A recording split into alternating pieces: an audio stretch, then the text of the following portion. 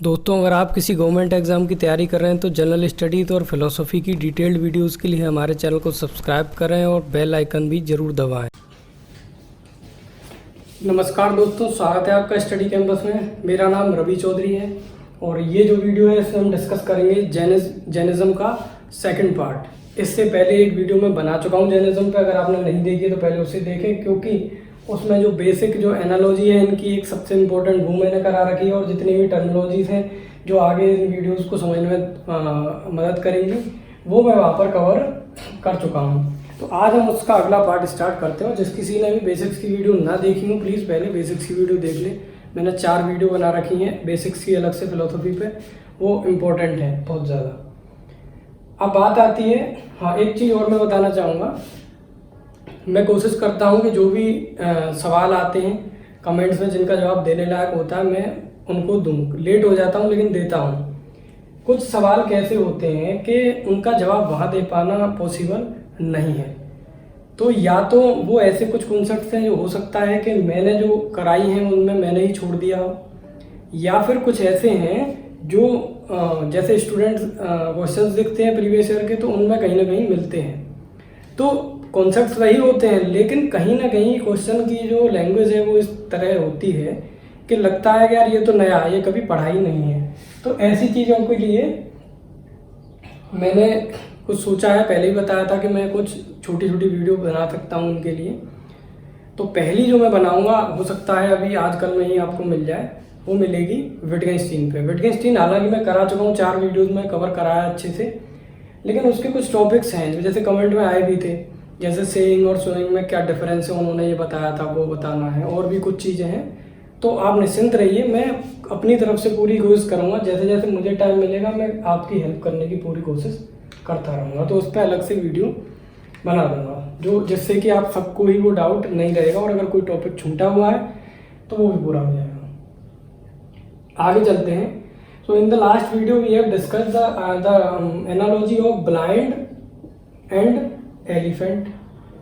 उसमें क्या था, वही के अलग अलग लोग अलग अलग तरीका बता रहे थे, सबके पास कंप्लीट नॉलेज नहीं थी, कैसी थी, पार्शियल नॉलेज थी। उसके बाद बेसिक टर्मिनोलॉजी नय क्या होता है, स्यात क्या होता है, प्रमाण क्या है, दुर्नीति, ये हमने देखा। अभी इनके अगले टॉपिक पर चलते हैं, अनेकांतवाद पे। अब बात आती है कि एक लाइन में बताता हूँ आपको, जरूर लिखनी है अगर क्वेश्चन आता है तो। अगर कोई पूछे आपसे कभी कि एक लाइन में जैन की जो फिलॉसफी है उसको बताओ, तो उसे आपको क्या बताना है, that Jainas philosophy is realistic and relativistic pluralism. ठीक है, अगर कोई एक लाइन में बोलता है कि जैनाज की पूरी फिलोसफी जो बेसिक है वो क्या है, then it is realistic and relativistic pluralism. यही डिस्कस किया जाएगा आगे, निश्चिंत रहे कि इसका मतलब क्या है। अच्छा, इसको हिंदी में भी जानिए। हिंदी में इसको कहते हैं यथार्थवादी, यथार्थवादी, सापेक्षतावादी,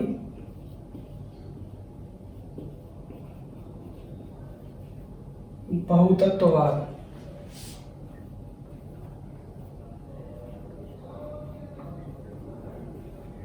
देखिए, पहले मैं जैसे जैसे मेरे को रिव्यू आते जाते हैं कि सर हिंदी के वर्ड्स ज़्यादा इस्तेमाल करो, तो मैं कोशिश करता हूँ, फिर भी आप क्या है कि याद दिलाते रहिए, इससे मुझे रिमाइंड रहता है, तो मैं ध्यान रखता हूँ कि ये मुझे हिंदी के वर्ड्स का भी यूज़ ज़्यादा से ज़्यादा करना है।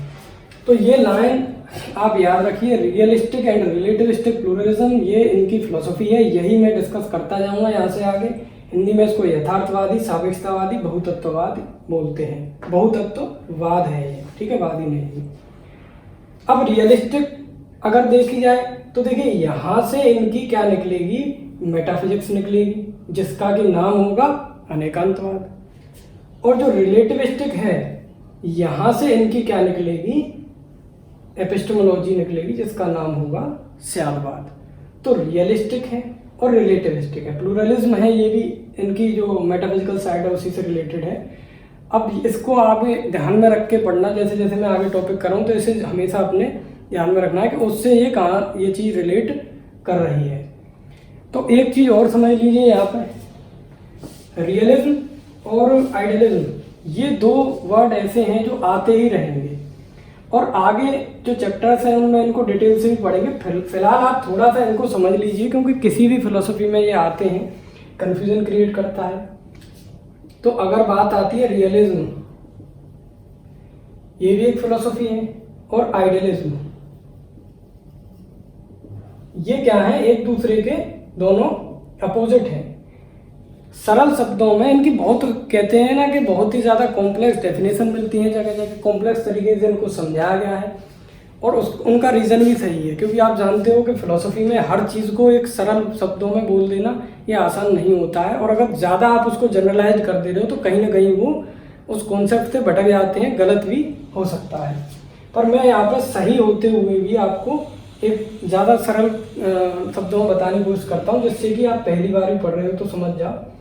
रियलिज्म का मतलब ये है, जो भी रियलिस्टिक फिलोसोफर होंगे वो क्या करेंगे कि जो एक्सटर्नल वर्ल्ड है, ठीक है, एक्सटर्नल वर्ल्ड जो है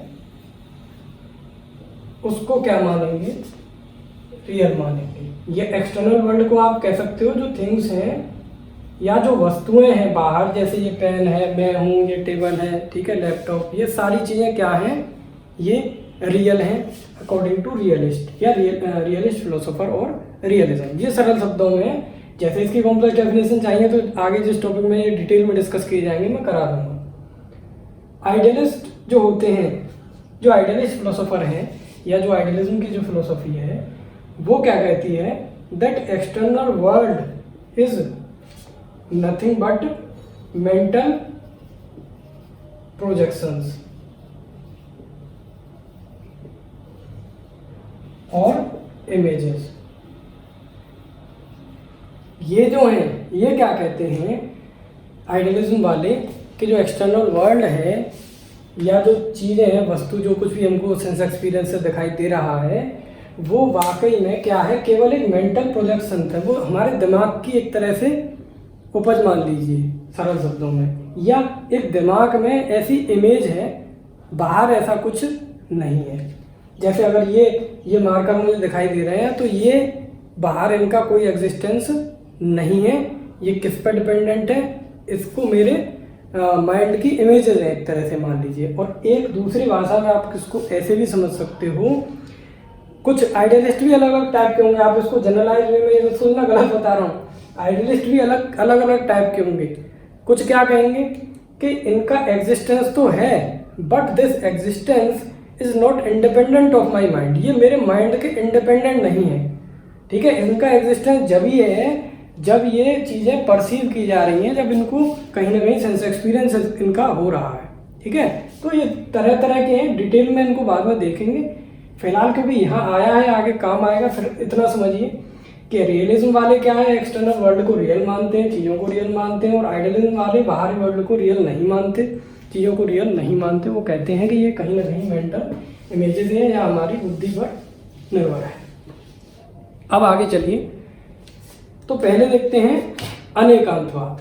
अनेकांतवाद क्या है, तो दोस्तों ये है Meta physical side of Jainism.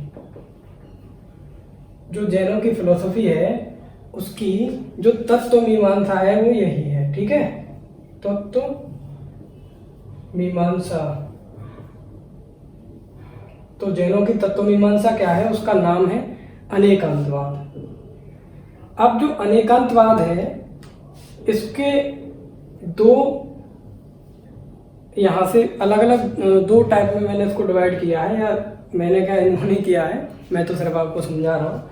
तो दो टाइप क्या है उसमें, जो वस्तु के लिए है और एक धर्म के लिए है। वस्तु माने एटम या रियलिटी के लिए है, धर्म के माने, धर्म का मतलब यहाँ पे जो धर्म है वो रिलीजन से नहीं है, यहाँ पर जब हिंदी का वर्ड जो धर्म है उसका मतलब होगा कैरेक्टरिस्टिक्स ऑफ एटम। अनेक, अनेक वर्ड से क्या हुआ, ठीक है, अनेक से बहुत ज़्यादा या इनफाइनाइट। तो आप सीधे शब्दों में समझिए, अनेकांतवाद का मतलब है देयर आर, इसको आप समझिए थ्योरी ऑफ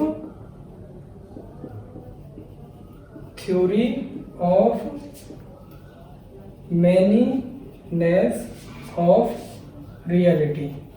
ठीक है, जो रियलिटी है उसकी मैनीनेस की थ्योरी है ये इनके अकॉर्डिंग। और अब इसको एलेबोरेट करेंगे तो इसका मतलब ये है that there are infinite number of realities. ठीक है, जो रियलिटीज हैं वो कितनी है दोस्तों? इनफाइनाइट नंबर ऑफ रियलिटीज जो है इनफाइनाइट है, अनंत है। अब रियलिटी इनके अकॉर्डिंग क्या है? द्रव्य है। अगली वीडियो में देखेंगे। फिलहाल आप इतना समझिए कि इनके अकॉर्डिंग रियलिटी वो क्या है? एटम है।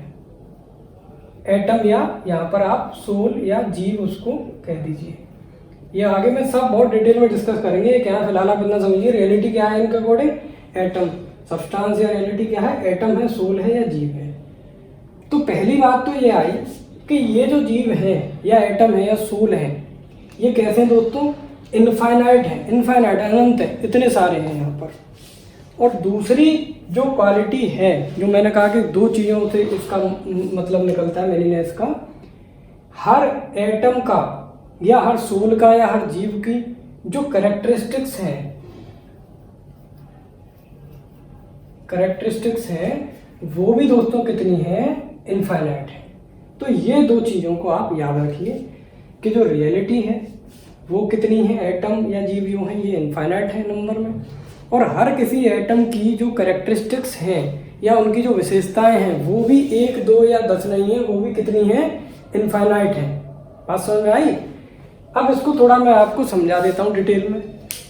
यहाँ इसको याद रखना, थ्योरी ऑफ मैनीनेस ऑफ रियलिटी को। अब ये क्यों कहते हैं ऐसा और ये कहाँ उस एग्जाम्पल से रिलेट करता है ये भी हमको देखना है। देखिए कि एलिफेंट वाले एग्जाम्पल में आप समझिए कि रियलिटी कितनी होंगी? जितने ज़्यादा लोग उसको एक्सपीरियंस करेंगे एलिफेंट को, अलग अलग अपने अकॉर्डिंग वो क्या करते जाएंगे? उसकी इंटरप्रिटेशन करते जाएंगे। तो अगर इस वर्ल्ड में रियलिटी की बात करें तो अलग अलग लोगों की अलग अलग पॉइंट ऑफ व्यू निकल के आएंगे। तो infinite number of realities are there, पहली चीज तो। और दूसरी, जो कोई कहता है कि ये है उसमें भी उसकी कैरेक्टरिस्टिक्स कितनी होंगी अगर पूछी जाए तो वो भी कितनी है दोस्तों? इनफाइनाइट है। ठीक है, ये वाली बात कहें कि अगर infinite number of blinds were there then there may have been infinite number of view points. अब इसमें तो पहले देखते हैं इनफाइनाइट नंबर ऑफ एटम्स या सोल। तो जो एटम्स या सोल है या रियलिटी है तो उसको भी इन्होंने एक तो पहले कई तरह से डिवाइड किया हो, जैसे द्रव्य बोला गया है। द्रव्य में इसका क्लासिफिकेशन है, अस्थि का है, अनस्थि का है, और दूसरा क्लासिफिकेशन है जीव अजीव, है ना। ये सारा हम डिटेल में डिस्कस करेंगे। तो इसका मतलब यह है कि ये कई में डिवाइडेड है और ये खुद अपने आप में कितने हैं? इनफाइनाइट है नंबर में इनफाइनाइट है। तो पहली चीज तो ये समझ में आ गई कि जो रियलिटी है वो कैसी है? इनफाइनाइट है। देखो मैं यहाँ पर कुछ चीज़ें क्या है मुझे रिव्यू में मिलती रहती हैं, उसके हिसाब से बता देता हूँ। मैं जब कभी कोई भी टॉपिक पढ़ाता हूँ मैं ये सोचता हूँ कि कोई भी ऐसा स्टूडेंट देख रहा है जो फिलोसफी पहले नहीं पढ़ा है। जो नहीं पढ़ा होता, मैंने भी शुरुआत की थी, मुझे भी दिक्कत हुई थी, तो उसके लिए छोटी छोटी चीज़ें रिपीट करना ज़रूरी होता है। तो मैं कोशिश करता हूँ कि वो समझ में आए। बाकी जिस किसी ने अच्छे से पढ़ रखी है, हो सकता है कि आप लोगों के लिए मेरी वीडियो एक रिवीजन के तौर पर काम आती हो। ठीक है, तो इसलिए मैं थोड़ा सा करता हूँ डिस्क्राइब। तो पहली चीज़ तो ये हो गई यहाँ पर कि जो इनफाइनाइट नंबर ऑफ एटम्स है। दूसरी जो चीज़ थी कि उसकी कैरेक्टरिस्टिक्स जो हैं, कि कैरेक्टरिस्टिक्स कितनी है दोस्तों? इनफाइनाइट है। ये क्या है? तो कैरेक्टरिस्टिक्स को हिंदी में बोला जाएगा धर्म। ठीक है, हिंदी में क्या है इसका मीनिंग? धर्म इसका वर्ड है हिंदी में। और यहाँ पे जो एटम्स या सोल जो थे, यहाँ पे इसका था वस्तु। तो जो वस्तु है या एटम है उसकी कितनी कैरेक्टरिस्टिक्स हैं? इनफाइनाइट। There are infinite number of characteristics of an atom. और हिंदी में उसी वर्ड को बोला गया, क्योंकि ये क्वेश्चन में आया इसलिए बार बार रिपीट कर रहा हूँ, दैट अनंत धर्म ऑफ वस्तु। वस्तु के कितने धर्म हैं? अनंत धर्म ऑफ वस्तु। यहाँ पर जो धर्म है या जो कैरेक्टरिस्टिक्स है ये इन्होंने दो टाइप की बताई हैं। तो पहले टाइप की जो कैरेक्टरिस्टिक्स हैं उनको कहते हैं एट्रीब्यूट्स, ठीक है, और इसको कहेंगे मोड्स। अभी बताता हूँ ये क्या है, ठीक है, एट्रीब्यूट।